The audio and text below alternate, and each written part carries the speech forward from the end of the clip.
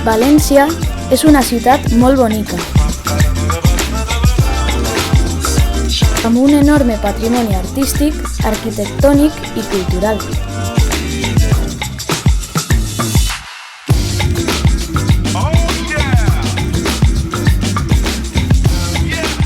Però, què és l'essència d'una ciutat sense els seus barris i la seva gent? Hi ha barris que són autèntica tradició, personalitat i cultura. Barris com el Cabanyal.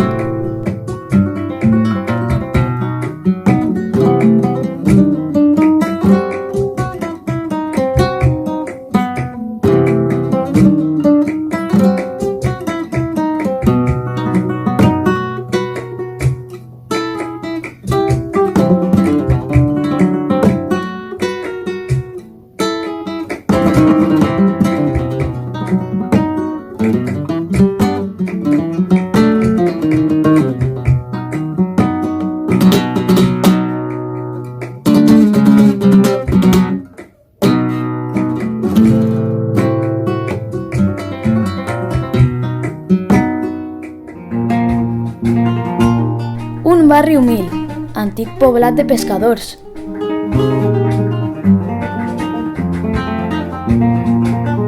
Amb la platja on tants quadres va pintar Sorolla.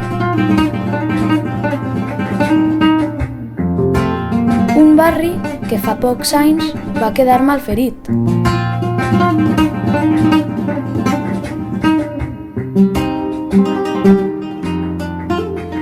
Però es va salvar a l'últim moment.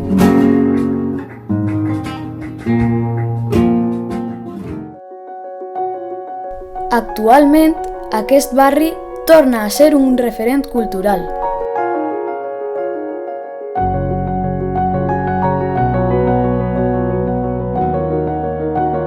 S'ha omplit d'artistes que busquen expressar-se i gaudir del barri.